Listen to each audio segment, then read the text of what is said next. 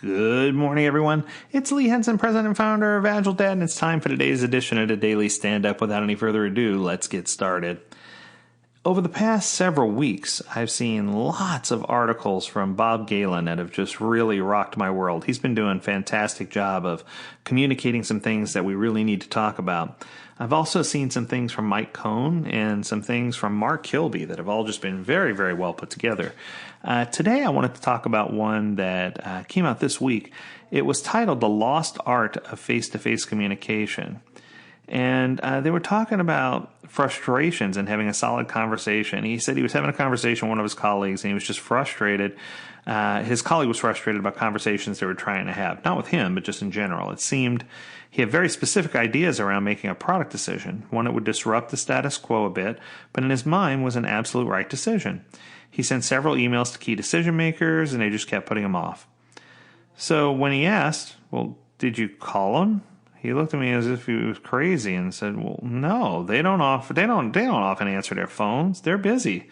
So that doesn't work. Oh, they don't like to talk face to face, and frankly, neither do I. And why can't they just make a decision in my favor and respond via email or take an appropriate action? You know, I can tell you, this is crazy, but in this day of Zoom and day of everything else that's going on, you know, I think a call would have been important, or even on Zoom with both cameras on.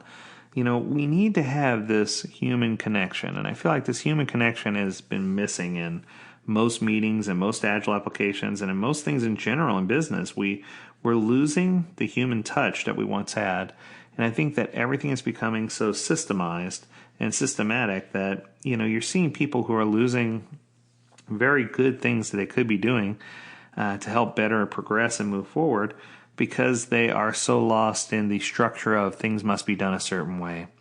You know, there are countless examples on the internet about, you know, it's okay to have this many people in this activity, you know, but not okay to have this many people doing this activity. You know, so it's really interesting to see how we've become so trivialized and marginalized and separated by the rules that have been put in place because of our lack of our ability to maintain a full, rich face-to-face communication. You know, if we had to put them in categories, if I had to make a communication list for you, and this ties in directly with what Bob said, he gives it a plus list, which is rich conversation and connection, a neutral list, which is okay conversation and connection, and a minus list, which is terrible conversation or connection.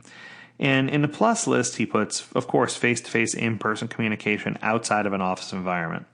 You'll often hear me say, take somebody outside of the comfort zone. Have a one-on-one with them. Have a talk with them about what's going on.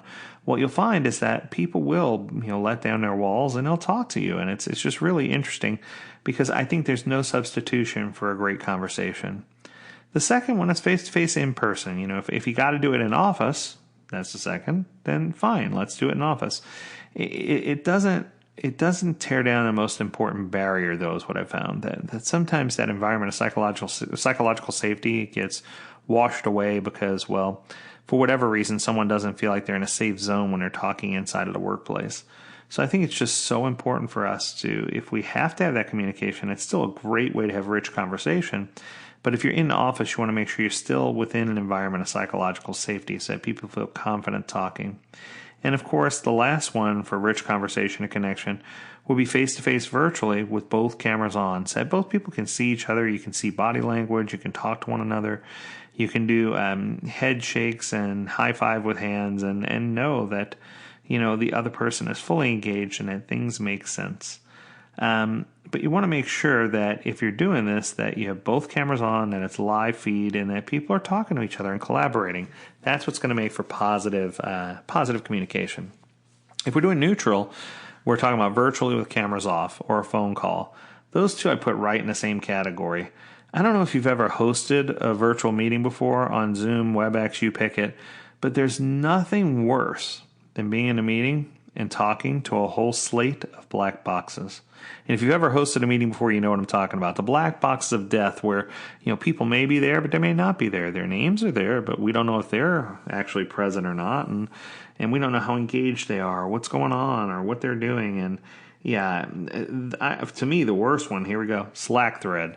I can't tell you how many people were all hype on Slack for the longest time, and I kept saying to myself, this is the biggest waste of time. Because, yeah, it was great to communicate with one another, but on a Slack thread, you can't read people's emotionality. You can't talk to people about doing certain things. You can't, it's just too hard to be interpersonal, and that was a big part of the problem. Email very much carries that same context, right? Unless you're a storyteller, unless you're a good email writer, you're going to run straight into those same problems. So I think it's important to figure out, where you are and figure out, how the best way to connect is, and try to keep meetings short and on track, right? Then, of course, in the minus category, text or other forms of chat. They put Slack here as well, which I agree. Legal correspondence via mail or otherwise. Telegraph, Morse code, smoke signals, Pony Express, carrier pigeon. I think you get the point, right? You got to have a way to have communication. You don't want to be that company that just fails at communicating. So you need to figure it out. We're all going through challenging times. The pandemic's not making it any easier. We're losing the touch and that face-to-face communication, and it's hurting us as an organization culturally, and it's hurting our products and services. So let your body language, let your passion, your expressiveness, let your emotion shine through. Don't be afraid. Ask questions in real time. Actively listen to the other person. Really listen. Don't just say you're listening, and don't just listen with your ears. Listen with your heart. Listen with emotionality, and see what happens. I think that this lost art will come back. I think it's just going to take some time to get people to really understand, hey, this is where we are and this is what the options are. And I think once people get there, the world will be a better place.